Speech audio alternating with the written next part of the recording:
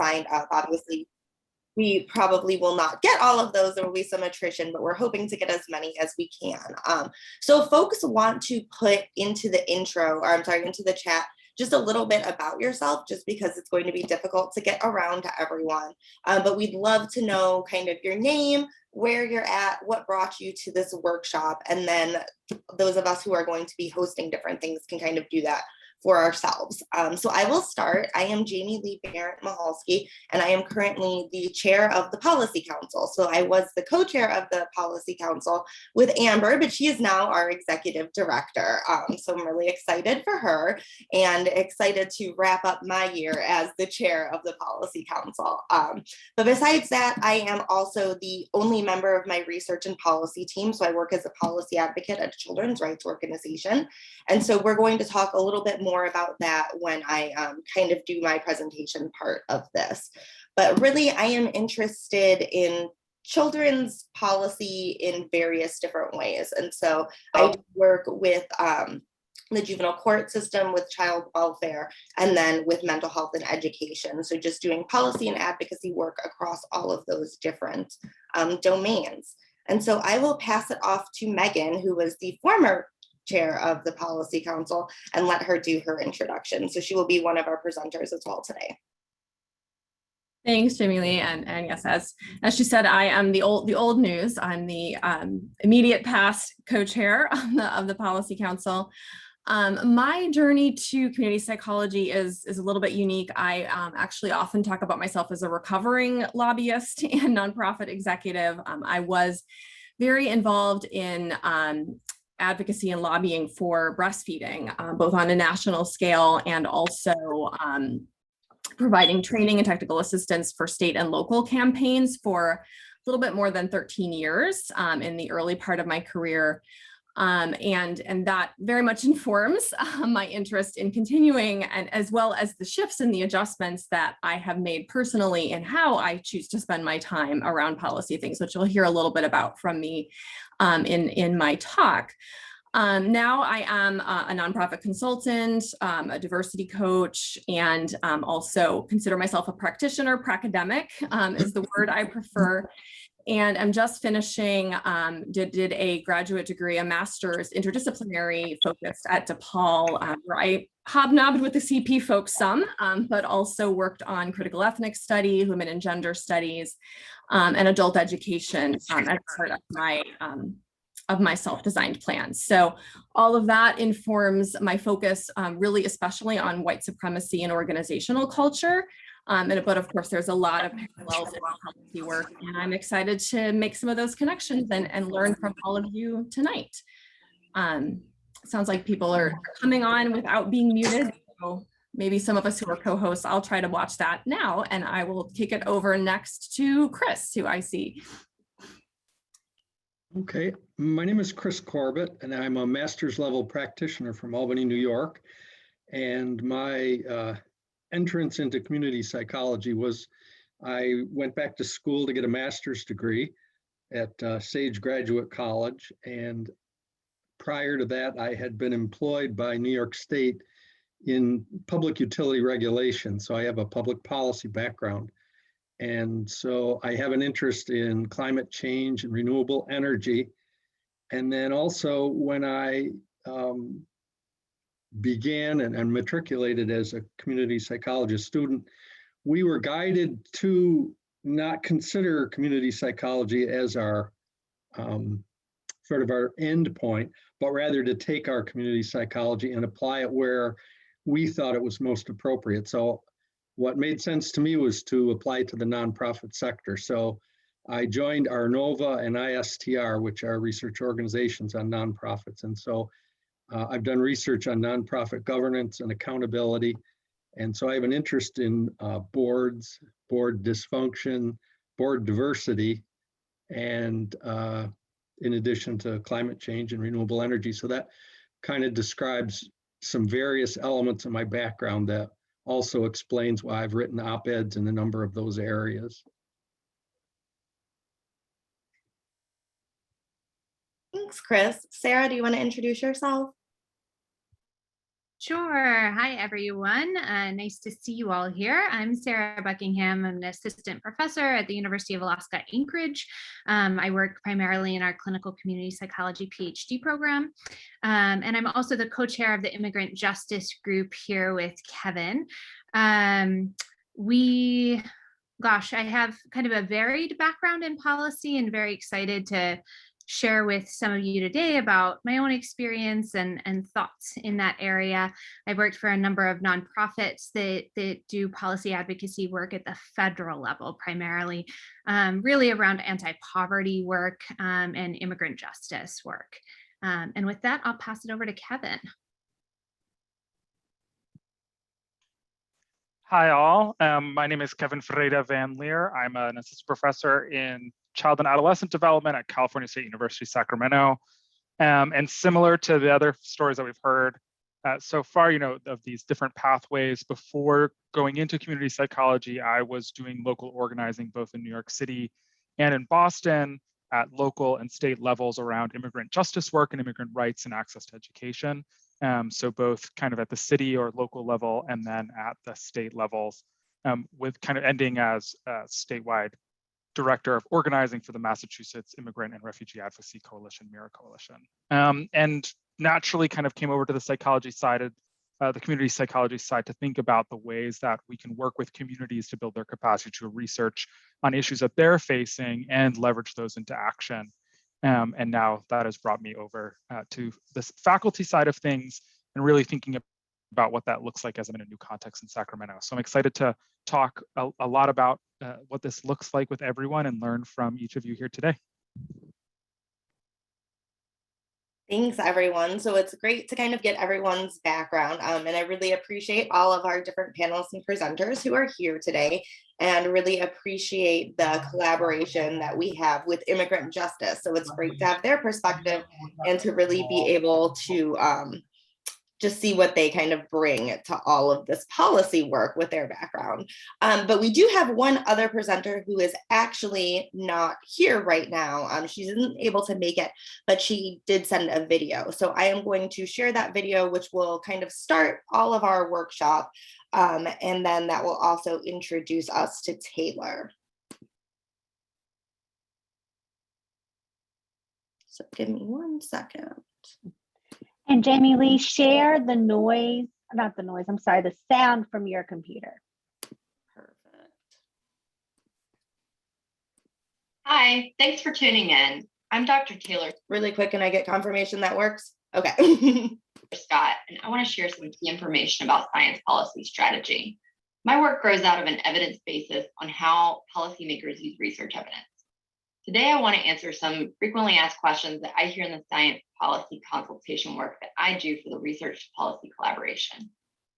Foremost, why is there a gap between research and policy? Social benefit is a primary motivator for conducting science, and government is the largest funder of research in the United States. So what's going on? The original assumption has been that if scientists create evidence, then it would be used. This didn't consider the context of decision-making and the practical realities of policymakers. We evolved and thought if we can improve access by disseminating easy-to-read briefs, then maybe it would be used. While access is certainly an issue, it's not sufficient to merely hand over papers and briefs and hope for the best. We've come to realize that policymaking is highly interpersonal, and decision makers are most apt to use research evidence when they can discuss and interact with a researcher. We've also come to realize that we can't merely push our ideas without recognizing the right time and the right person. Collaboration with decision makers holds a lot of promise. I took this cake metaphor idea from Annette Bose, who presented on her book, What Works Now? If dissemination is the theoretical foundation and the crust of the cake, relationships are the sweet spot in the middle. Whereas systems and structures that allow policymakers and researchers to interact, that's the icing on the cake that holds it all together. System change is a future direction for our field. There's an old saying that goes, if you're not at the table, then you're on the table. The proverbial chopping block is part of the sausage making process, which is policy making.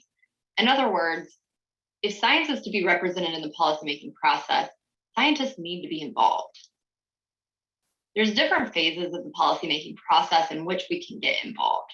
Research about problems help to inform the policy agenda. Then policy development happens with pen to paper. Decision-making is inherently a political process of negotiating and consensus building. Even though scientists often don't like politics and despise the political use of evidence, we should really be aware that this is a practical reality that decision makers face. Then enacted policies are implemented via administrative rules, regulations, guidelines, grant funding, oversight, etc.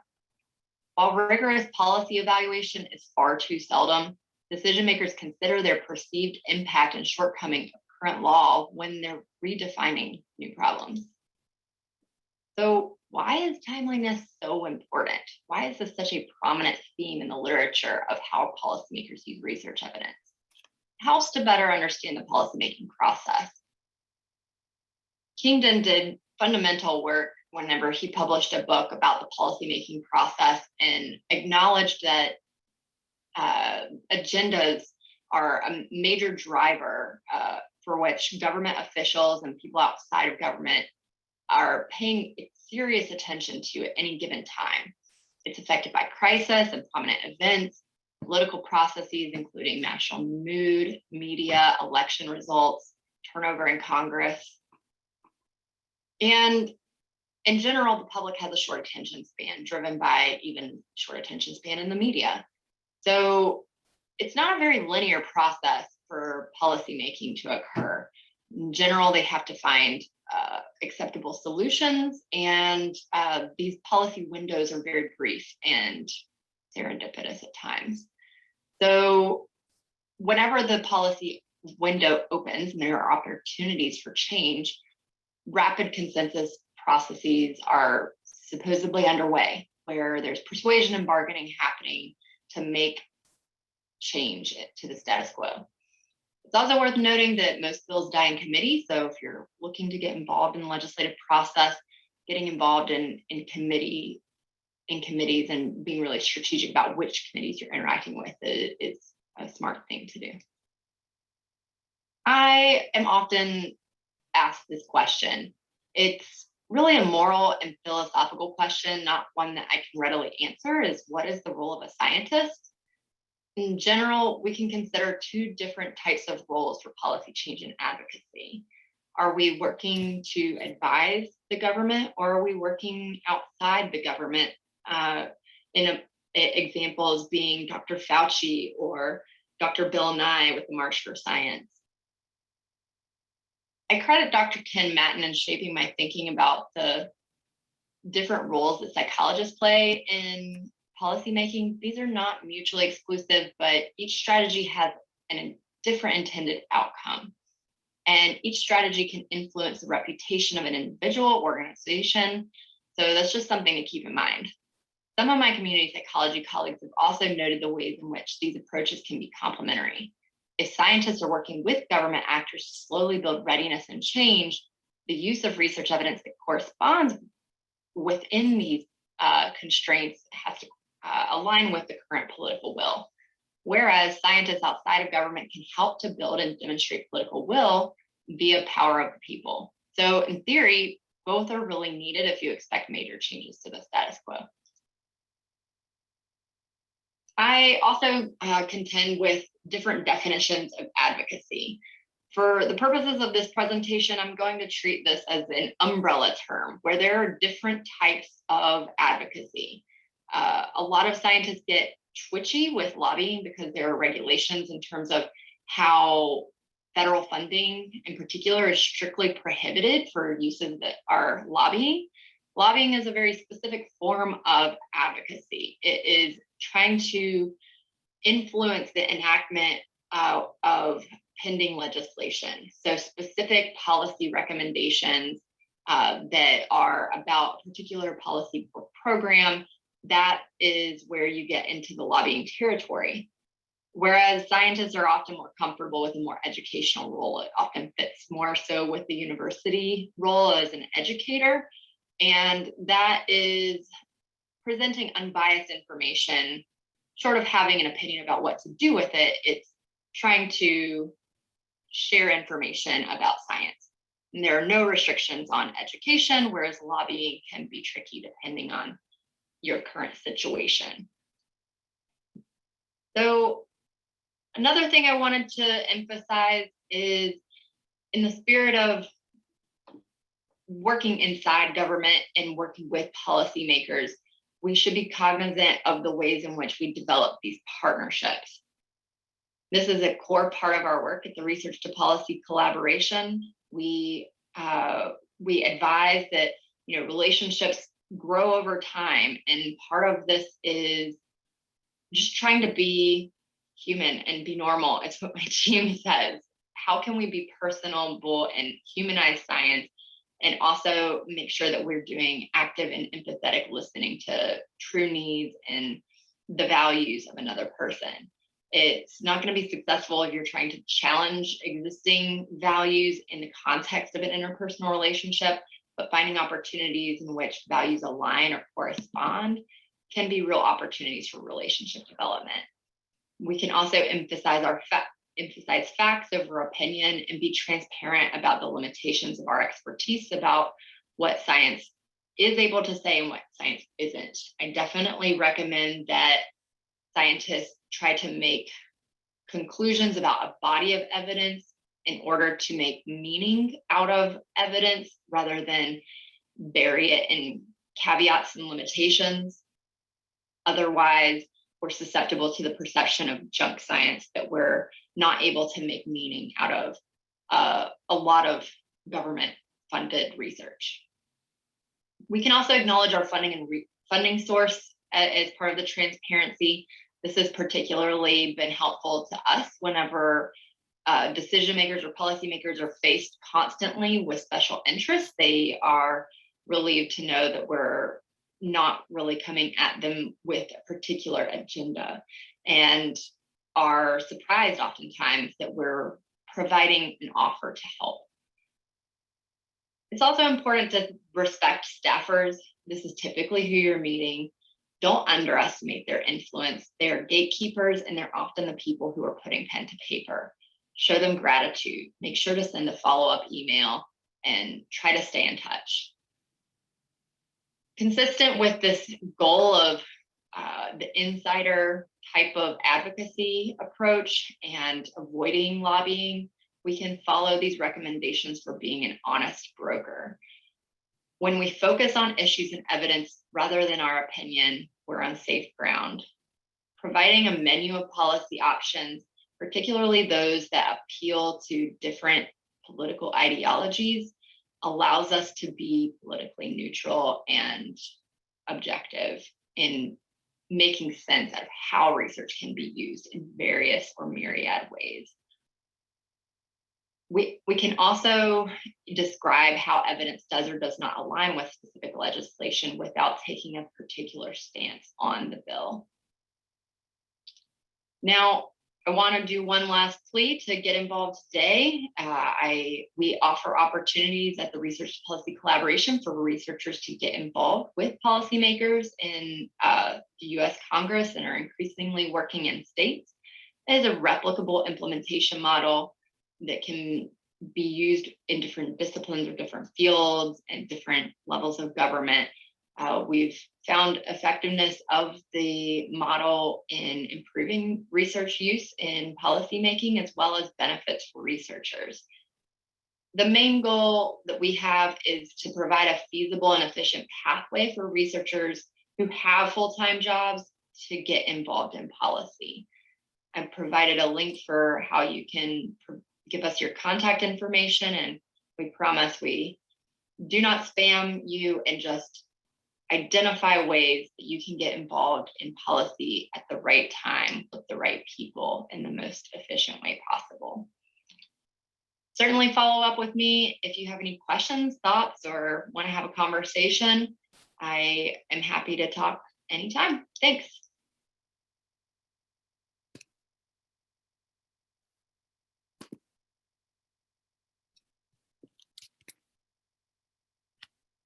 All right, well, thank you to Taylor. I know she really wanted to be here today, but she was not able to make it.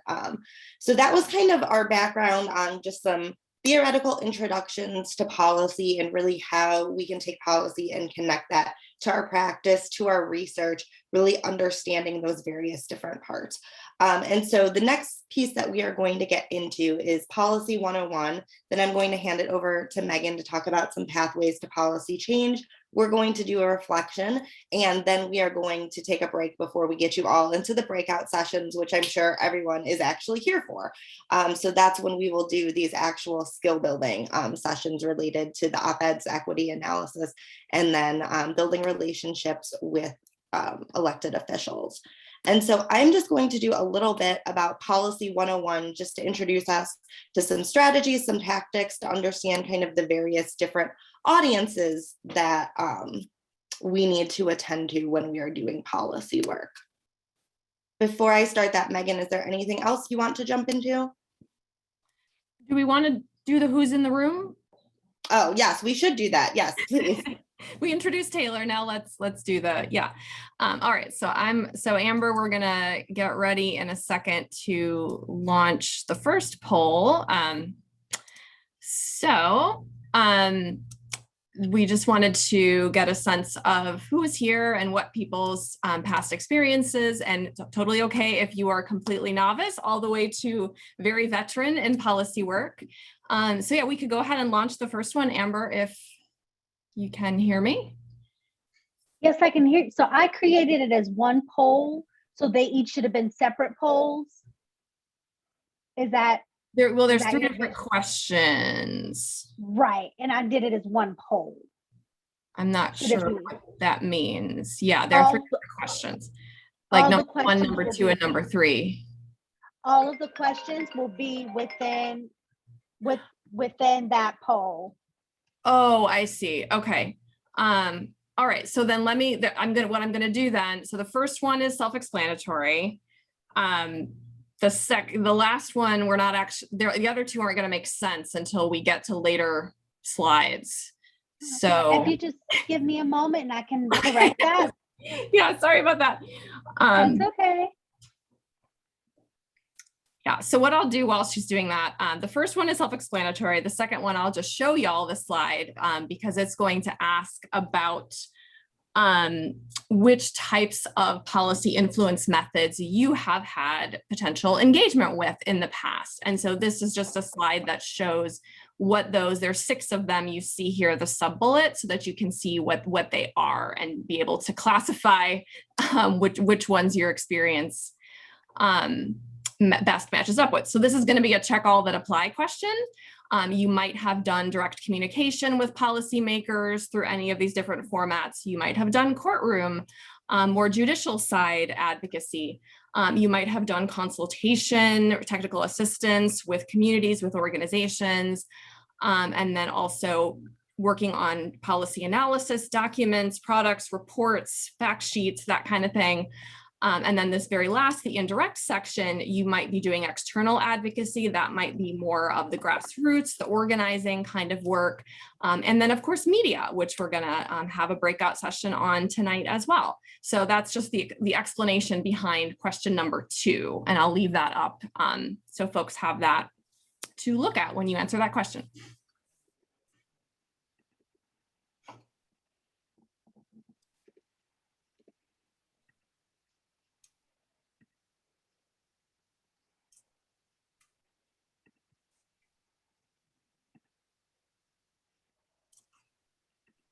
Thanks, Megan. I just want, while we're waiting for Amber to finish getting the slides together for the polls, just to kind of reiterate, again, we just want to understand who's in the room and kind of what your experience is with this. So that way we can really better help everyone understand kind of what policy is and understand where you're at.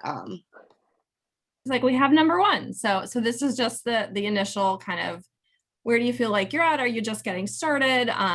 So everybody can go ahead and respond to that one and make sure you hit the blue submit button. And Amber will monitor how many responses we get. And when she feels we have reached capacity, she can launch the response. Mm-hmm. So we'll give it a minute. We need a Vanna White person to vamp for us during the So far we have 85% of participants. I'll just give another moment to see if there's a few more that'd like to share their response. There might be some people eating dinner or Yeah. using All their right. hands, which tends to happen. So I will go ahead and end this poll.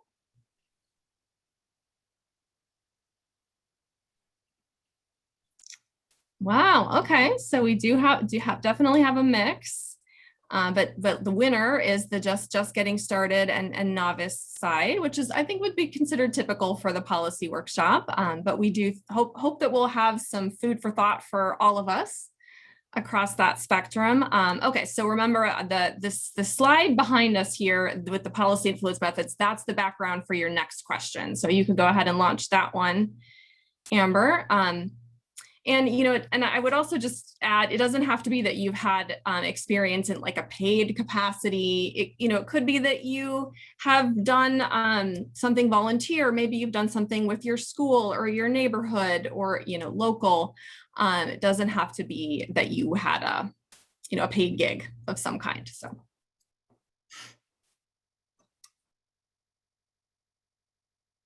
we can launch number 2.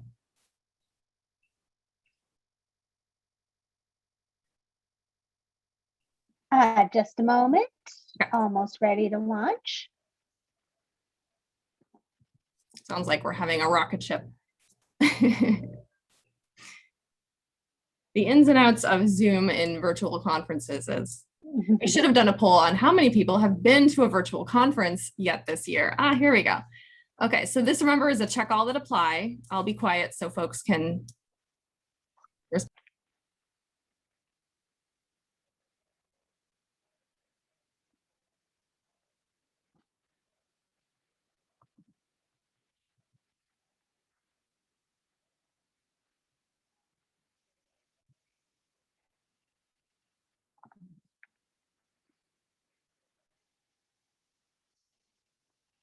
So we'll give about a minute, which is about the same that we gave for the last poll.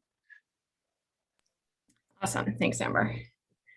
Had to think about this one a little more. So. And Megan, the third question, is it coming immediately after this one? No, that will be later. It's in the middle of my talk. Okay. So I have time to make it its own thing. Right. Got it.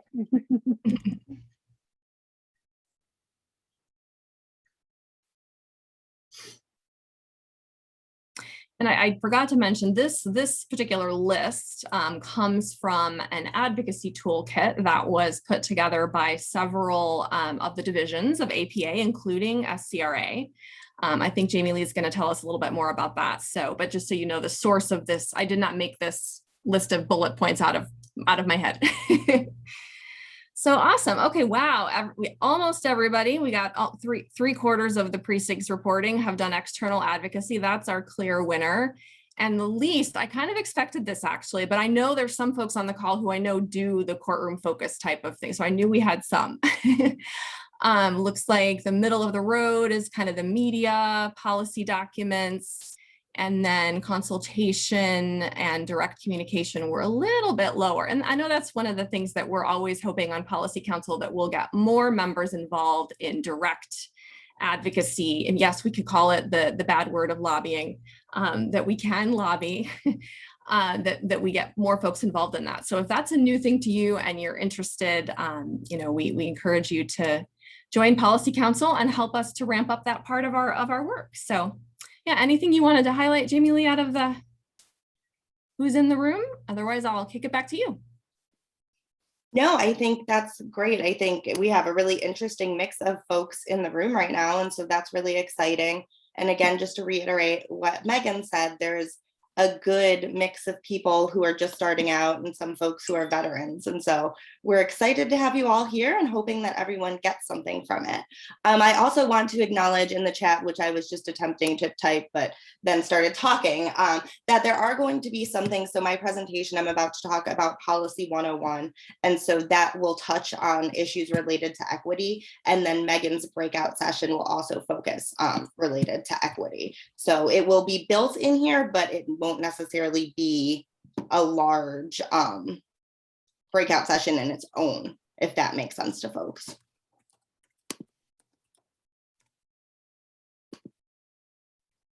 And then I think Megan just put some more in the chat.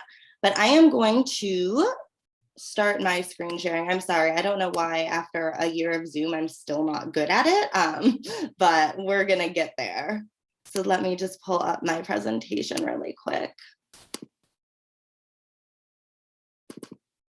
Okay, perfect. Can everyone see that? Awesome. So I'm going to talk just a little bit about policy to practice and a little bit more about policy 101. So for some of the folks who weren't in the room earlier, and also just to reintroduce myself, so I'm Jamie Lee Barrett Mahalski. So I'm a doctoral student at UNC Charlotte, hopefully for only about 6 more months. And then I will be finishing that up. And I am also the current chair of SCRA's Public Policy Council. And then in addition to those roles, I act as a policy advocate for Council for Children's Rights, which is a small children's rights organization in Charlotte, North Carolina. And so really we work for children across various different systems. So I work in the juvenile court system with child welfare, mental health, and education, just working to advocate for kids. And really our approach to research and policy, I am currently the only person on our research and policy team. We used to have more people, and I'm hoping we will eventually, but really how we do research and policy is that any kind of research that we conduct or that we highlight has some kind of policy implication. And then any kind of policy that we are advocating for, that we're doing more research on, it's going to be evidence-based. There's going to be some data to back that up. So just a little bit of an overview of what I'm going to be talking about. I'm going to give you a little bit of background right now. We're going to go over an advocacy framework, and I'm going to talk about some relevant interim outcomes. We're also going to talk more about that equity framework and how important that is to policy work and making sure that you're really attending to bringing in equity and focusing on that. Then just connecting these strategies to community psychology, since this is a SCRA conference, that's a little bit important. And then I will provide you all with some advocacy resources. And so you can see on this slide, we have a logic model kind of example with some of the things that are included on that. So that's a really good tool in general for evaluation, but it's also something that can be great for advocacy and for really trying to understand what you're able to put into it and what you're able to get out, so what your goals will be. And so let's talk a little bit about what policy looks like and the different forms of it.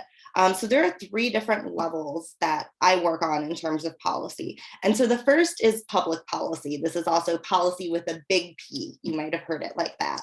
And so these are really different activities that are working to influence decisions at that legislative, executive, or judicial branches. And so you're really working to do policy work with elected officials at that public policy level.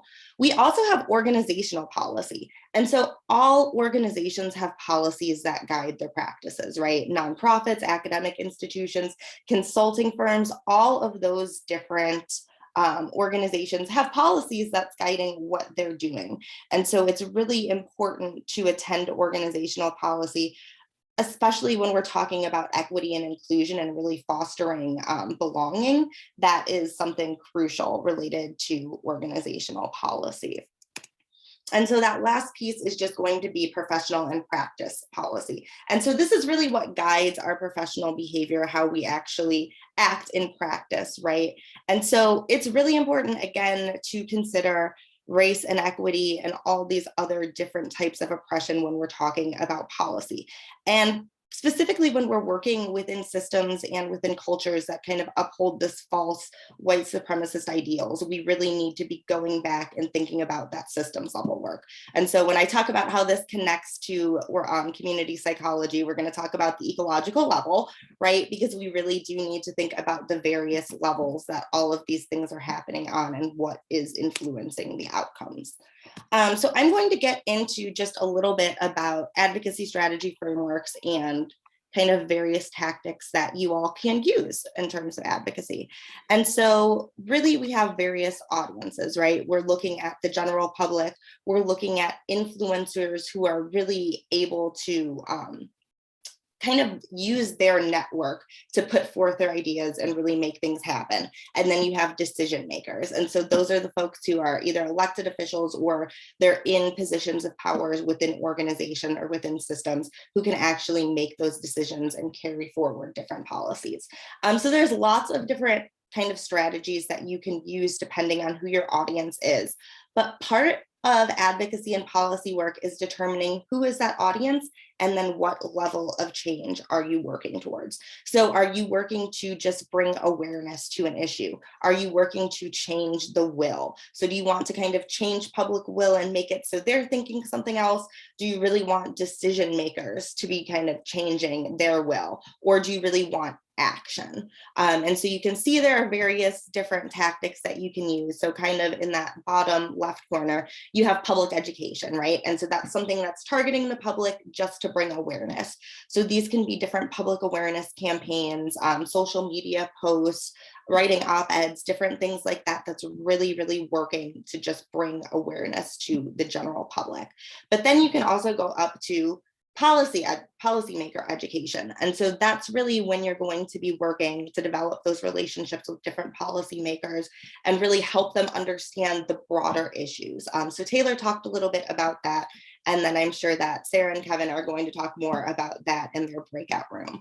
But as you move up, it's kind of getting more and more in depth for what the strategy is and what is required of you. So obviously, if you're going up to this top right corner where you have litigation, that's going to be involving lawyers, that's going to be involving multiple different actors to really bring changes in policy at that judicial level. So there are lots of different advocacy strategies that you can use, and I can talk about this for a long time. But I think that this chart is just really important to give an idea of the various different strategies that are out there. And the citation is on here. That's a really good paper that kind of provides a great background on all of these different things in more depth than I'm able to go into. But so let's talk about the relevant interim outcomes that can happen from those various strategies when you use them. And again, this is kind of the same audience as we're looking at the public influencers and decision makers and the different changes that can happen at different levels. And so really, if you're working to increase knowledge, you want to kind of work in that just awareness space. But if you're working for policy change, you really want to be working in action with decision makers. And so this just kind of gives you a better idea of where you can plug in those strategies and what the possible outcomes are going to be. So if you're working on a public awareness campaign, you're really just trying to increase knowledge or change beliefs. But if you're working on litigation or you're working on model legislation, you're really, really working towards policy change. And again, this is from that same book and it has these charts in there. And so I really recommend that. And so the next part that I want to talk about is bringing an equity framework to advocacy and to policy work. And so a lot of us are evaluators, and we can use evaluation skills to really understand policies at the organizational practice or public level. And so Megan is going to talk to you about some specific strategies if you attend her breakout session, and I'm pretty sure in her presentation after this as well. But at my job doing research and policy for a children's rights nonprofit, we write a lot of different indicator reports. So we have a juvenile court one, we have a child welfare report, and then we have the state of our children, which is just a large indicator report that covers topics related to health, education, safety, and then just kind of livelihood demographic kind of stuff. And so while we're doing this, we do policy analysis that we're kind of reporting and speaking to the public and elected officials. And we really, really make an effort to contextualize what we're doing here. And so we really want to ground these reports and the information that we're putting out in a race equity lens and a larger kind of intersectional equity lens. And so this is really an understanding that we have problems and injustices that are in our community, and they're created and exacerbated through institutional level racism. And so that is something that needs to be the crux of our work and really needs to be communicated in a very direct way. And so we really do see disparate outcomes in our systems across racial groups, right? That's not a surprise to anyone here, but we need to acknowledge that these outcomes are the result of system level factors, and then the role of system level factors, specifically institutional racism and other forms of oppression like sexism and classism, and the intersection of those various oppressions are really key to considering and to helping the general public as well as elected officials really just understand that broader scope of our societal issues.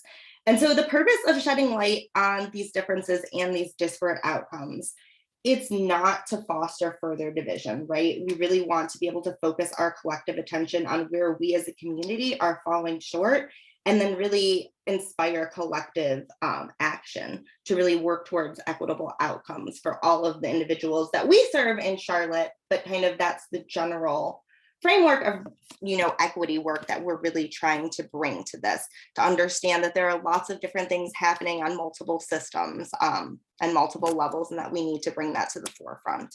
And so that really gets into connecting advocacy to community psychology. And so there are various different values of community psychology that we have that are important for policy work and for advocacy. And so the first one that I will talk about is empirical grounding, right? So I mentioned before that really at my job, we work to focus to really pair any kind of research we do with policy implications, and any policy work that we engage in has to have some kind of research evidence behind that. And so obviously we are a field that thinks that data is important. And so that's important as we're going into policy work too, just making sure that we're focusing on empirical grounding. Another piece is just really that multi-level analysis and focusing on that ecological perspective. So again, we need to remember that there are various levels at play. So we have that individual level, we have the level between the individuals where they're interacting with the systems. And then we have larger cultural considerations and societal implications that come from various oppressions that we have in our society. And so that's just really important to consider. Another piece is just respect for diversity. So that's something that's crucial for community psychology, and that's also crucial for policy work. Really working for empowerment, citizen participation, and a focus on social justice. If you are a community psychologist doing policy work, I think that just kind of needs to be wrapped up in your values. And then the last piece of this is really just focusing on collaboration and community strengths. And so a lot of times when we're talking about policy and government work, it's easy to go in and focus on what are the weaknesses and what are the needs, and not necessarily focus and bring attention to the strengths of communities and really what they offer. And so that's something that we as community psychologists have a really important role of just bringing that attention back to it. And so my last slide is just providing you all with various resources. So like Megan mentioned, the first one on here is actually from the community toolbox. And so I really just want to put out that as a resource, and it really does help guide you through the advocacy process. So really from researching the issue and kind of relevant local information to setting goals and objectives to then determining your advocacy tactics beyond through implementation and evaluation. That is a really great tool. And it really does have community psychology in mind because some community psychologists helped to create it. And there are some other ones listed on here as well, and I will make this available. So please don't feel like you need to be scribbling these down. But several of these have similar information or guides, but just wanted to highlight the Community Toolbox Advocating for Change toolkit. And so at this point, I will turn it back over to Megan to give her kind of introduction on policy, pathways to policy change. Fabulous. So, oops, I always choose the wrong slide to start with. Okay. I'm going to talk for about the first half. I will be talking a little bit about the pathways and the navigation. You can see I have the big red dots on your GPS here. And then the second half is really what I've called this redux, because this is a presentation that I've done quite a bit. It can become a whole half-day workshop if you want. But what I really wanted to do this day and this year is to apply the lens of white supremacy and what that means for our policy work, because that's the theme of the conference and that's the theme of SCRA's ongoing work as an organization and a field. So we're going to get there in about the second half. So bear with me. flip here. So I just really wanted to ground us first. I really appreciated this quote. This is from the woman who is the main author of the Pathways resource that I will share about, why do we do policy work in the first place? I just appreciate that she kind of recenters us in recognizing that it's our main way to achieve impact at scale and sustainability beyond what can be achieved through direct services or programs alone. And so often in the work that I do in the nonprofit sector and sometimes in CP, we get really caught up in the day-to-day of the direct services and the programs, and it's easy to be embedded and stuck there and to not invest as much time and energy in policy, especially in times like we have now, where the climate and the dialogue and everything can be really discouraging and frustrating. So I wanted to just kind of zoom back out and think again about why does policy work matter? So this here, you can see I have a whole bunch of what I would call recipes for change. I think we talked about menus of options as well, lots of mixing of metaphors here. But we often have many organizations will make these recipe books or these advocacy agendas once a year or every 5 years, or the Surgeon General's calls tend to happen very, very sparsely. Those aren't common. But they'll have these long laundry lists of all of the policy changes that we might want to see. Sometimes they might be more focused. The bottom right corner here, this is APA's priorities for 2021. And I think this is only a 2-pager. So they can have all sorts of formats, and they'll have beautiful pictures and amazing goals and ideas of what we want to achieve. But often the how is kind of missing. We might have sort of vague lists of the ingredients of, well, who needs to be involved to do that? And sometimes we skip the instructions altogether, so I'll look at one of these and I'll go, well, are we sauteing here? Are we broiling? Are we grilling? Are we putting this in the oven and baking it? Like, how are we going to get there? And oftentimes, the end result at the end point of one of these recipe books doesn't really look like the picture in the cookbook, is how I have thought about it. So what do we do about this? What's the antidote?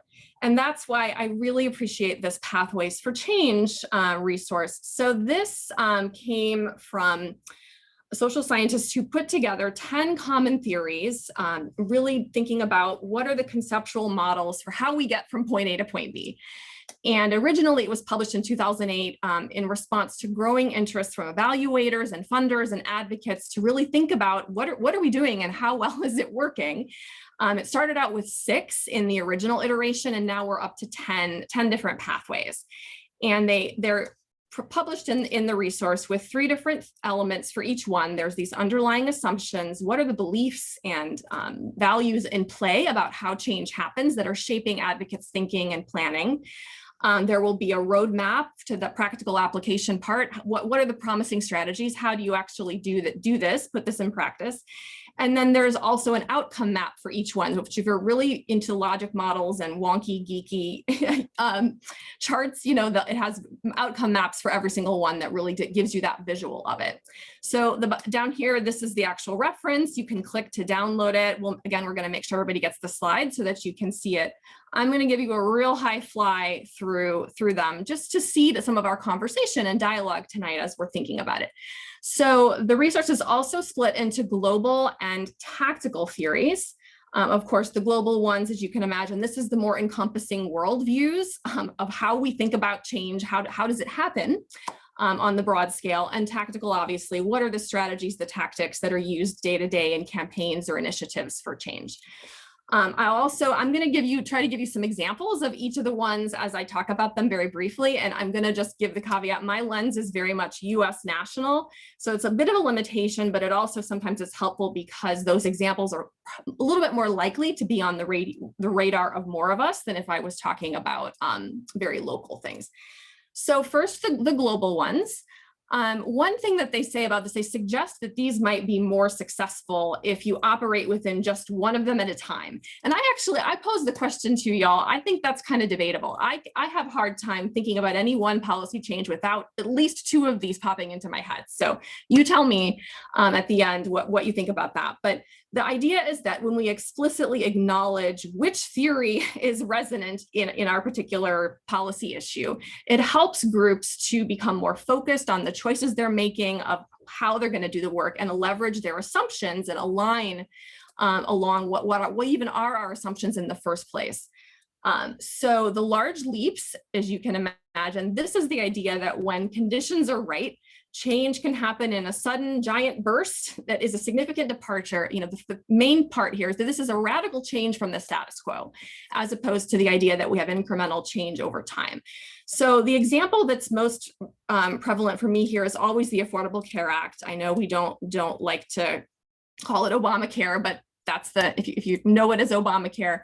There were so many years, and it's still continuing follow-on implementation and rulemaking and states adapting. There's such a huge shift in what was possible from the before the ACA, the Affordable Care Act, to now. So that one's always comes to mind. I'm going to jump over policy windows because I'm going to talk about that one separately in a little bit more depth next. But coalition, as you can imagine, this is the idea of coordinated activity, both individuals, grassroots, and organizations, but outside of government. So these are folks getting together with the same core policy beliefs and shared agenda, but they're not having the insider government folks. And so one example I think of here is actually the racial justice movement right now. In the past year, there are multiple stakeholders, diverse organizations and individuals, at the grassroots level coming together. They're also pursuing multiple avenues for change. So that's another element of this, that they're usually doing more than one thing. They are multitasking. They're working on legislation. Maybe they're working on court strategies. They're doing media. They're doing grassroots protests. All of those things could be happening at the same time. The next one is called variously power politics, power elites, political elites. You get the picture. This one is really the idea that the power to influence policy is concentrated in the hands of a very few, and we know who they are. The most obvious example to me here most recently is the tax law. How many individual taxpayers in the US really paid attention or had a lot of engagement or power to influence the tax law change that the Republicans put through that first year that Trump was in office. And so, one thing that really helped that factor is that tax law is so darn obscure that nobody has any idea what it means. So that can sometimes be when it's something that's really obscure or complex. It gets more conducive to the power elites really taking over that. And then lastly, the regime idea is not what it sounds like. Actually, this one is really the idea. I think of it as sort of coalition plus the government insiders.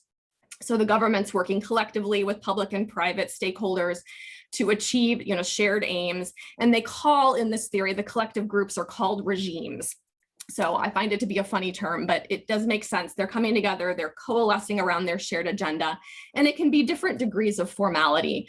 I have actually come over time to view my work with the National Breastfeeding Coalition, not as much as a coalition, although we did have a lot of grassroots and various stakeholders. I'm now analyzing that as more of a regime because with that, most of that time period that I was working, we had very strong government support, both from the federal agencies as well as from the Obama administration. So, really that kind of shifted my lens of what that was like. Another example, I would say the public health regime in the United States, although they have ups and downs in how much power they wield, they really operate like a regime where the government and the public and private folks are working together. So that's global. And I'm going to tell you just a bit about policy windows next. So this one, I think we saw even in Taylor's slides as well. This is the idea that there are sort of three streams of the policy system, and that your issue is more likely to get attention and movement towards change when two or more of these streams converge at the same time. So the first one is the problems. That's basically our idea of problem definition. How are the conditions defined, and whether we see the problem as solvable and having clear alternatives to even pursue. The policies itself, what are the ideas we have to address it? And then the politics. So this is where, I know we've been having some chats about what's our national mood or climate, what's going on in the electoral cycle, how close are we to an election, and how is that influencing what's possible? And then also, active campaigns could be going on in the media or in grassroots mobilizations around particular issues. All of those things could fall into the politics stream. So another piece here to think about is that this recognizes that there's probably going to be a window that opens and then it's going to close. So it's really important to make sure that the stakeholders have capacity to take advantage of that window. But again, as I said, it's more likely that you're going to get on the agenda and have some success when two or more are converging at that critical moment. The example I always think of here, which actually is sort of false, is that we treat gun violence like a policy window. Or maybe it's also just the media, but I feel like every time we have a major national conversation about, oh, a window has opened, we're going to get some gun violence legislation passed. But it really isn't operating like that. And it might lead us to think about where is our analysis falling short here? What about that issue is actually being impacted by another theory that we need to pay attention to because the windows is really failing. So that's one strategic question that we might want to think about with this set of resources. So normally, if we had more time, I would have you think of a policy change example and try to classify it. We don't have time for this, but I would encourage it as something you could do on your own. You could do it if you teach CP students and you want to have a reflection in class, or it's a great thing to do to think about something that you were involved in that you know a little bit about, and then to think about where it falls.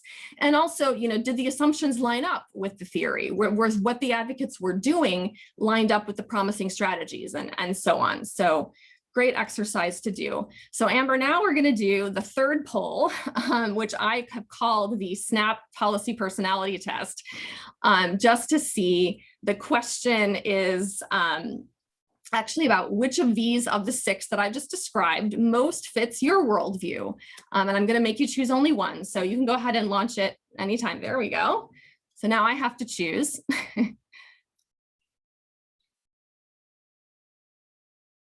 Little pulse test of where we're feeling today.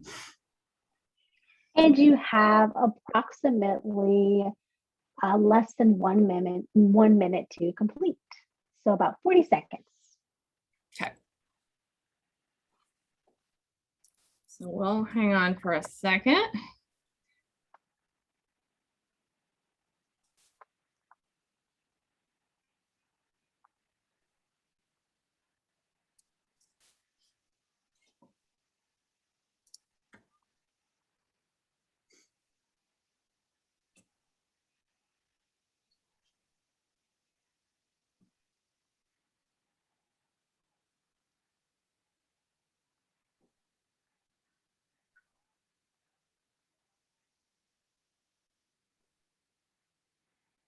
All right, are we getting close?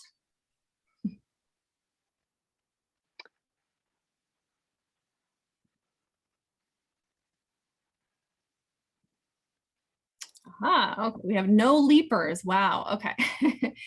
So we have almost equal parts coalition and power politics, so that's pretty interesting, near opposites, and then lesser responses for the windows and the regime. So that's interesting. Yeah, thanks for going with me on the, and I'll say the one that is most prevalent in my mind changes from month to month and administration to administration. So it's one of those things that they're all valid at different points in time, but it's interesting to kind of see which one do you think of which one do you remember tomorrow, for example.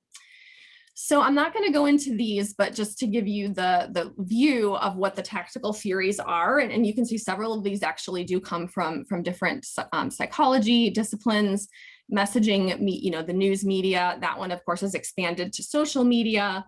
The idea of the grassroots, the belief that people have power to make social change, that that sort of beyond the elites. That of course is very critical to community psychology work.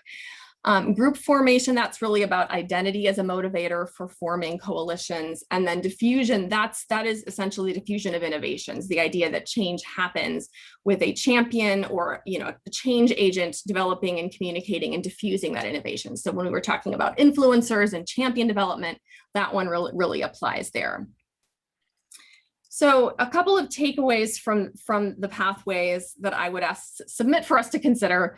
And if we identify our theory of change, we know the yellow brick road that we're following. It increases our likelihood of getting there, of course. Some smaller takeaways, advocates often kind of fall into the kitchen sink syndrome of trying a little bit of everything. I know that I have been guilty of this, or trying to do every single goal at the same time when we have really limited resources. And so this is a way to narrow down and focus and prioritize. We also tend to come to this work from a lot of different disciplinary lenses, and the pathways can help us to clarify and align and find a common language.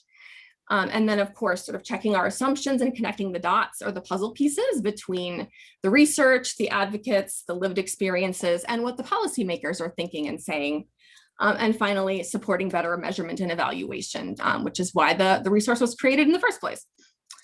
So, all right, so now I'm going to shift into just a few invitations and suggestions and questions about how do we begin to answer the call of this conference in our policy work. I know it often feels like we're doing the same thing over and over and over again and not really getting very far with policy. And so let's talk a little bit about this. Certainly, I am no expert in what this looks like, but I have some thoughts and some ways to point towards what's going to happen in the next week with the conference, of where that dialogue and thinking can continue for community psychology as a field. So the first one, of course, is just who are we? That continuous self-reflection. Who are we in relation to the policy problems that we're trying to solve? Which of those theories that we were just looking at most resonates? And how does that lens, how does your worldview impact your work, your consultation, which things you might be focusing on with communities? And where might we have blind spots and want to seek out new learning? And then, of course, just taking care of ourselves. This work is intense and discouraging at times. And I think that's another piece of the continuous self-reflection and continuing to hold ourselves and each other with care in policy work. The why. So this is really, I labeled it reckoning with history, and also taking accountability. That I mean individually, collectively, and organizationally. So this really is where we look into, why is the policy landscape the way it is? Why are things constrained the way that they seem to be often? What are the historical factors that created and produced and perpetuate inequities that we see? And how have, we, our organizations, how are we contributing to that? Or even continuing to escalate them? So there's a couple of biennial sessions that I really encourage folks to attend to further this thinking. I've given you the numbers here, but they are actually both advocates in the National Reparations Initiative for the US, which SCRA signed on to last year, if you didn't know. So 167 is Nikichi Taifa, who is on the National African American Reparations Commission, the private side version, not because the government hasn't authorized one yet. That's what we're trying to do. So she will be speaking. And then also Dreesen Heath, who is the key lobbyist and advocate for the coalition at Human Rights Watch. So both of them will be speaking, and I hope folks will be able to attend and or listen to the video. Another recommendation, and you can click on these links later on, is to consider, an organizational statement on historical harm, really acknowledging, maybe it's your university, maybe it's a nonprofit, where has your institution been complicit in perpetuating white supremacy and perpetuating inequitable policies? So there's resources, there's more folks starting to do that, and initiatives looking at that around the country. So getting to the how, I really appreciate this framework. Some of you have probably heard me talk about it before, of these 5 refusals of white supremacy. And I really now, every policy issue that I look at and think about, I stop and consider and reflect and dialogue about, where do I see these manifesting within this policy issue? And it's really just the beginning of a conversation, but just beginning to recognize it and name it is one of the foundational pieces of shifting the narrative. So you can see here the source again of what they are, but it's the refusal to recognize violence and reckon with the depths of violence inflicted on certain bodies and minds, the silencing, blocking voices that call into question the status quo, amnesia, sort of the evading the weight of history, that we see that a lot right now with this attack on critical race theory and wanting to continue the amnesia that we already have instead of opening up to consider, and then denial of space and sharing of resources, of course, and then structural injustice, refusing to recognize root causes and build our structural competency. So that's one of them. Another how is the disrupting the logics. And this is another that I hope that we can have some more conversation with Policy Council and over the summer. In fact, Heather McGee, who wrote just recently published The Sum of Us, really calling out the zero-sum logic that undergirds so much of our policy and advocacy. She will be accepting the Policy Council Award this year, and hopefully you'll be able to you can listen to her podcast talk. She has all different talks about the book, but I do encourage folks to get in touch with hearing her speak or reading her book, because we would like to have a conversation at a future brown bag chat or lunch about her work and how that affects our windows of opportunity that we have. And lastly, narrative change work. There's so much that we could talk about with this, but I just wanted to highlight a couple of invitations to action and learning. The first one, this is a video from the Collective Impact Forum last month, where there's an amazing panel of speakers talking about what does narrative change look like in collective advocacy, collective action campaigns. And in particular, I've highlighted the Color of Change Hollywood. Rashad Robinson, the head of Color of Change, was on that panel, and he just talked about how they have, as one alternative to having a deeper impact on the realm of possibilities and on the public mood and on what the public climate is. They've done a lot of research on crime procedural shows, and then they've gotten into the writers' rooms. I think they set up something like 60 different TV shows. So think about what's the realm of people that we can reach through that kind of entertainment media, thinking about how do they get into what the decisions are made by Netflix of what gets put on those platforms, for example. So that's one initiative that's impacting Hollywood. And another is this Hollywood Health and Society. They especially focus on public health and climate change issues. And so you can also check them out and get a little bit more idea of what they do and how they influence the entertainment media. So that's it from me for now. You will get, of course, access to the slides with all the links and resources. And feel free to reach out if you have any questions or ever want to chat about your own yellow brick road. And this is my little Toto dog on a non-yellow road here. So I'll turn it back, or we're gonna do reflection now, right? Yes, so I know we have talked at you for quite a little bit right now, and I promise this is going to get more interactive. So we're going to do some collective processing right now before we take a break, and then we're going to go into the breakout sessions. Fabulous. I have the slide right after. So why don't we start? I have a few different questions that we could ponder. But first, let's just pause for a moment and see if there's any questions about the presentations before we delve into the other three reflection questions here. And feel free to unmute yourself or to chat.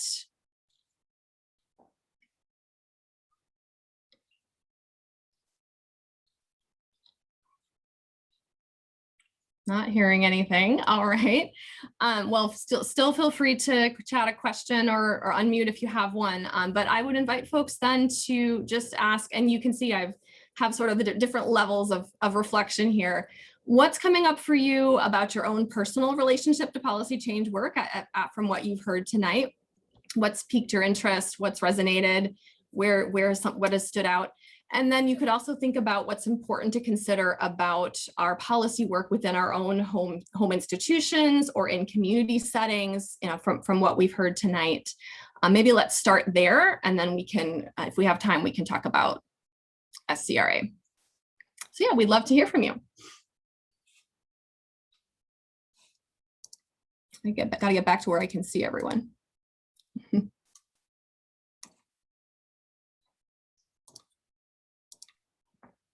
I can say something. Right. I'm a practitioner in Los Angeles. We have the highest homelessness population in the country most of the time, unless there's a hurricane someplace. And we have the agency I work for has a solution to homelessness that is incredibly inexpensive and has really great outcomes. And but the political elites and the history of homelessness, where you can give money to end homelessness and then use it for all of these other things that are not homelessness abatement, make it, really impossible to get funding. And we were told last week that we were going to get $1 million of funding from the LA City Council. And we needed $1 million to house 200 people. And they gave $5 million to another organization to house 100 people.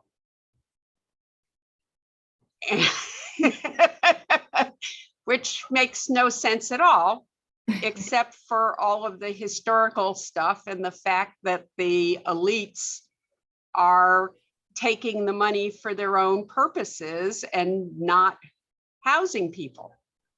So, I'm just, I'm very interested in your models and stuff, but it's like, how do we change this? Right, that's some funny math. And I see someone has also chatted, how are the outcomes measured? I guess, are there ways that, that agencies' feet can be held to the fire of those decisions that they're making? Are there ways that, one of the things that I would think about is, are there coalitions where there's different stakeholders who have different relationships, where some could call out, the questionable behavior, that sort of inside outside strategy. But yeah, I'd love to hear from others of ideas, thoughts, reflections. Dr. Minerva wonders if the funding has to do with services and who are the unhoused. And yeah, she says she has many questions. Always good to have questions. I could offer one thought, and that is, if it seems unproductive or hopeless to go to government, would it make sense to try to figure out a way to tap into the nonprofit sector and voluntary redistribution of wealth, as opposed to government funding, which involves conscription and taxation and is always tough on elected officials? I would just wonder if there would be, if it's as seemingly hopeless as you indicate, getting money from government, would exploring the voluntary sector be at least one opportunity or alternative to consider? I mean, we're doing that as well, but it's like the state of California passed a $2 billion thing to end homelessness. And with $2 billion, they're only housing 8,000 people. And when you do the math, it's ridiculous. And it's because the homeless people can't stand up for themselves. They don't vote. It's almost impossible to vote if you're homeless. And it's just but our outcomes, they will do whatever they can to keep us from getting funding. And they have the agencies that are charging $500,000 plus per person to house. For one person in a 300 square foot single, they create associations, who to further their way of doing stuff, and they get the United Way and the government to pick their people to make the decisions on proposals that are put out. And I mean, a few years ago, our housing authority, awarded us $1.75 million. And there was such an uproar about it that they pulled the whole funding cycle. They just said, no, we're not funding anybody on this cycle because we're breaking the rice bowl of all of these agencies that are using the money for their own benefits. I mean, and it's like we can show all this. We've taken it to the newspapers. The newspapers don't want to do anything about it because their advertisers are some of the people benefiting from the money that's not being spent on the homeless, et cetera. It sounds like you have some data and some evidence, and so potentially trying to leverage that to build some coalitions for some other folks who would be interested in really focusing on kind of the policy solutions that you're offering and really attending to kind of these disparities that you all are seeing. And I'm wondering too, that's kind of that public awareness piece, but if there's an opportunity for you to work with some elected officials to really kind of build some champions for. This is how campaign financing works in California. Is our problem. And it's like, we don't pay to play, but if you're getting $500,000 to build a 300 square foot single for somebody to live in, there's an awful lot of money there that can go to all of the different levels of government. Right. And those same people have sophisticated lobbying arms and relationships that they're really investing and sinking their own money and resources that, it's hard to compete with. Representation in the policy process is a huge issue. And that includes, like you already mentioned, is, the representation of people who are most affected, those who are homeless, but also even ourselves as helping professionals. The lack of representation is it's overshadowed by a large representation of special interests. I have found, and this is contextual in terms of relationships with policymakers, but I have found that it can be a bit refreshing in some relationships with policymakers to acknowledge somewhat transparently about the influence of special interests in their funding and where my funding comes from. I'm not funded to try and convince you of a specific thing. I'm an independent researcher. I think that those relationships are really important, but they take a lot of time. And so, like Jamie Lee said, you have to figure out who your champions are, who do you want to invest that relationship with? Because it's not about convincing everyone, it's about convincing the right people.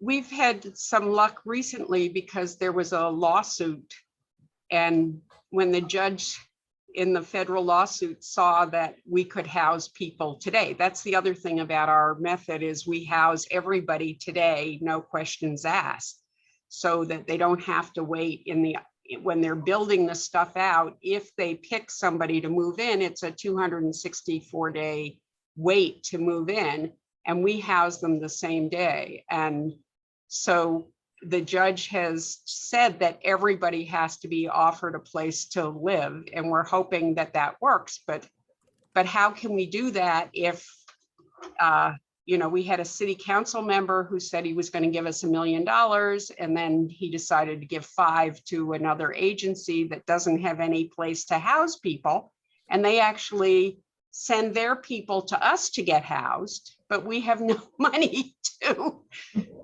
to do it. They get paid for it, but anyway, I don't, it's just really, policy is really hard. I suspect that the media issue you ran into also is probably a similar issue of relationships with the media and finding the right person to talk about it, because certain media outlets, like you said, they are funded by, and media funding is dwindling. It's just scraps now, so they don't have the luxury of like pissing someone off who's gonna, you know, pay for things. But there may be certain outlets who are less threatened by the people who are benefiting from their cut of the pie. And I mean, I think that's how you frame it. Everyone wanted their cut of the pie. People came in for their slice, and that doesn't actually help the people you're trying to help. Mm-hmm. I think too, another important thing you said, policy is hard, right? This is when we do policy work, we really have to be focused on those small wins and know that policy is a very long game, and these policy solutions that we have, try and find whatever window there is and plug them in for that. But I do want to turn it over to Megan because I know we're approaching our break time, and I do want to make sure we get that and we have enough time for the breakout sessions too. Oh yeah, thanks. I was just going to ask Jamie Lee, what is our time check to go to break? If you want to talk for about 3 more minutes, we can do that and then break for 10. Okay, so we could probably take one more question or comment, reflection. Anybody wants to share on any of the questions? That's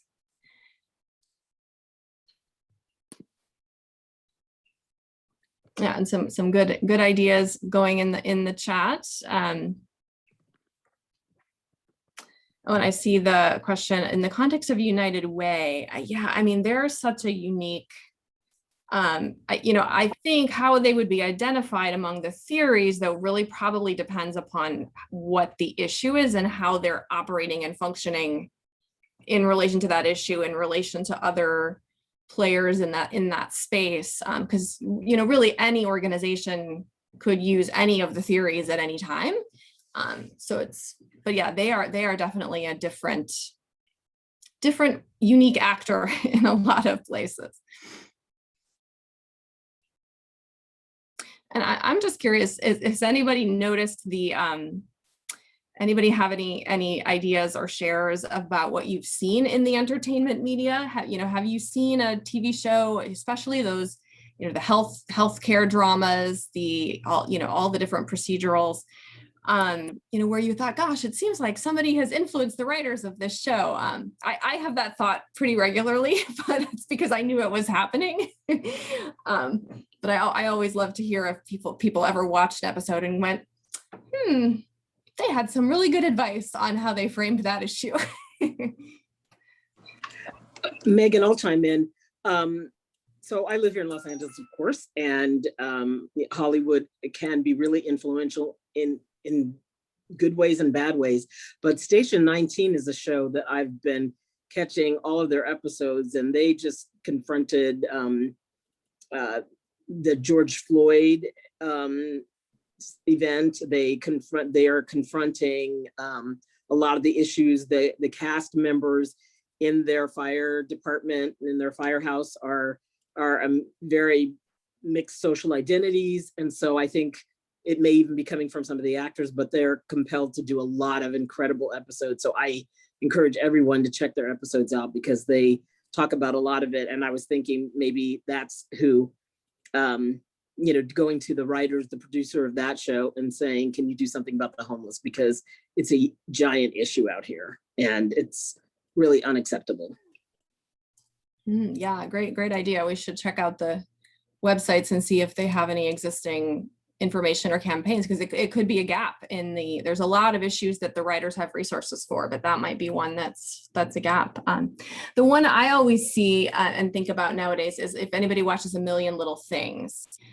They've been doing, I think, a really good job around sort of issues of suicide prevention, toxic masculinity. I mean, so many different issues that I've appreciated from that show. So if you've not watched that one, it's a good show in itself, and it has some good treatment of issues that is reaching a lot of folks in a different way. So still a form of policy work and influencing. Awesome. Well, shall we take our 15-minute break and then we'll circle back? Folks can, if you need to grab a snack or water, take your dogs out, do what you need to do, and we'll come back. So it's 6:26 now, so about 6:41 Central Time, or at the 41-ish on the clock of whatever time zone you are in. Yes, So we'll we'll see take you a back in a little bit. And I'll pause the recording. yours, and it sounds like great conversations. So I'm going to turn it over to Megan just to do some concluding thoughts and for us to wrap up in these last 10 minutes as a group and maybe get into a little bit of what the different groups talked about. Yeah, well, I thought we might do that through this sort of this typical format of sort of, if you'd like to share one thing on any of these topics, since we have limited time, why don't we just ask that one person share one of the three? But you could choose what's most of interest to you, like what one thing you've learned, something that stood out for you, or that's was surprising that you saw or heard, and could also share one action that you will take. What's the thing you're going to do coming out of the sessions tonight? So yeah, we'll just open the floor, and why don't we'll do. Feel free to chat, of course, if you prefer, or have noise around you and such. But why don't we do hand raisings, and then I'll try to look for that to have some order to the process this time. Of course, now I can't see you. There we go. So yeah, would anybody like to share on one of those things, and we'll hear about your breakout. It looks like Noemi, is that? Sorry, I don't know how to pronounce your name. Yes. Go ahead. Yes, I want to thank our presenter, Christopher Corbett, because it was a reality check, a lot of good realistic assessment of how likely it is to publish and how you can increase your chances to get your thing published. So thank you for sharing that kind of information. So my action step, I think, given that reality check, is to start by looking at my local papers and try to look for some of the signs and things that Christopher shared with us. So thank you for that information. Awesome. Anybody else would like to share a takeaway?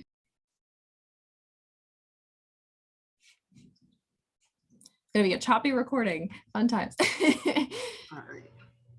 All right, yeah, anybody else with a learning or a standout or a actions plan? Looks like Ruth has her hand raised. Yeah, I really, we didn't get a chance to thank Sarah and Kevin for their presentation, so I wanted to do that. And I really loved the way that they were using psychological theory to influence policymakers and using the stages of change, using building dissidence and getting people to change behavior by creating more dissidence. And also I love there was one more thing that you did with the motivational interviewing as well, to move people along from one stage to another. That was really cool. And I love the get them to ask you a question that you don't know the answer to, so you have to go back to them. I thought that was brilliant. So thank you so much for the presentation. Thank you to everybody. This was great. Fabulous. I know. I want to know what the get them to ask you a question was about. I'm gonna have to look at the resources. I thought Aggie, did you have your hand up? No, I lost you. Oh, I did, but Ruth gave an excellent summary. Oh, all right. Anybody else? Action, lesson learned, or just a unique new thing you heard? Our group was small but mighty, so I'll open the floor if anybody wants to share, and if not, I'm happy to happy to chime in. Megan, why don't you, maybe you would be in good position, I think, to express the takeaway points. I think yeah, I'm fine with you speaking, not for us, but summarizing what you consider to be the main Yeah, gosh, we had a wide-ranging and free-flowing discussion. We did started out looking at kind of the baseline of what racial equity impact assessments are, and talking a little bit about some examples and how they have shifted the universe of possibilities and other issues. And then we really got into a little bit more reflection about some of our institutions and our own experiences and situations, that partly because one of the things that I was highlighting about equity impact assessments is that, you know, you can take a tool and plug it into a setting, but if the humans around are not prepared or have not had, you know, their own learning on how to use that tool, you know, you're going to have a different level of change. So we were talking a little bit about the, you know, the organization surrounding, the individuals surrounding the process of doing an equity impact assessment, and what is also needed to make sure that that assessment process is maximally effective. So that led us into some of that reflection. And it also led us into a deeper conversation about really manifesting some of the ways that white supremacy does show up in all of these different places, personally, organizationally, structurally. So yeah, that's my sort of bullet points of what we talked about. But if anyone has anything to add, or if others would like to share, the floor is yours. I think that was well said, Megan. And I just appreciated how people really spoke to their own, where they're at professionally, and what advocacy or what this kind of work can look like at our individual levels. Where is the space that we can extend our own assessment, and really talking about inclusion of a historical lens within these spaces. Because I think, just as we all were speaking to, is that we can't do effective work without understanding where we're coming from, and what the status is that we currently exist in. I guess the other thing is to speak to an earlier theme around coalitions. I think we talked about this idea about where could we find like-minded, that advocacy within the broader discipline of psychology, and making changes within the dominant culture of our discipline. And so I think one thing we came up with was, well, who are the coalitions, and who are the other like-minded groups within our discipline? That does SCRA have to do it on its own? Are there other memberships? Are there other groups? And so I was thinking about it more like going back to like this, maybe it's a coalition form of advocacy. But I think that was another insight or something else that we started thinking about. We don't have to necessarily do this on our own. And I'm thinking about who else can we partner with to make changes in the institution of psychology. Right. Yeah, good ads from Daniel and Leora. Yeah, we definitely have thought about several of the policy, the global theories, including the coalition one and the policy windows. The time is now to wield our influence together with other branches of psychology to try to shift the landscape. So I know we did a lot of work. So I'll leave it at that. But yeah, anyone else? We have maybe time for one more share, if there's anyone, or if one of the other presenters, you're also allowed to to say something too.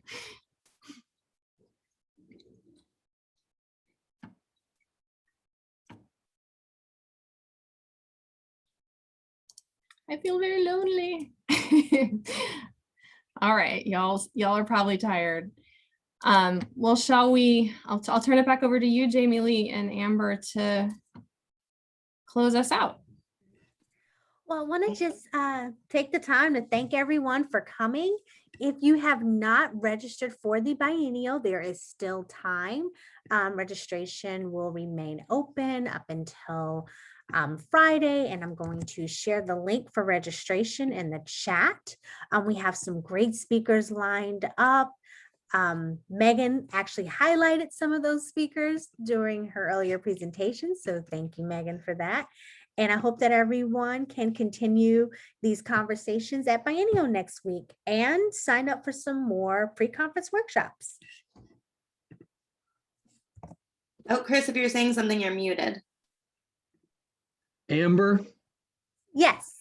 I wanted to thank you for allowing this pre-conference commitment of resources to be available to everybody, even those who perhaps maybe couldn't afford to register, and to have made this commitment to as many sessions as you did, as SCRA did, I think really speaks well of the organization and clearly gave us time that we could have never justified on the program.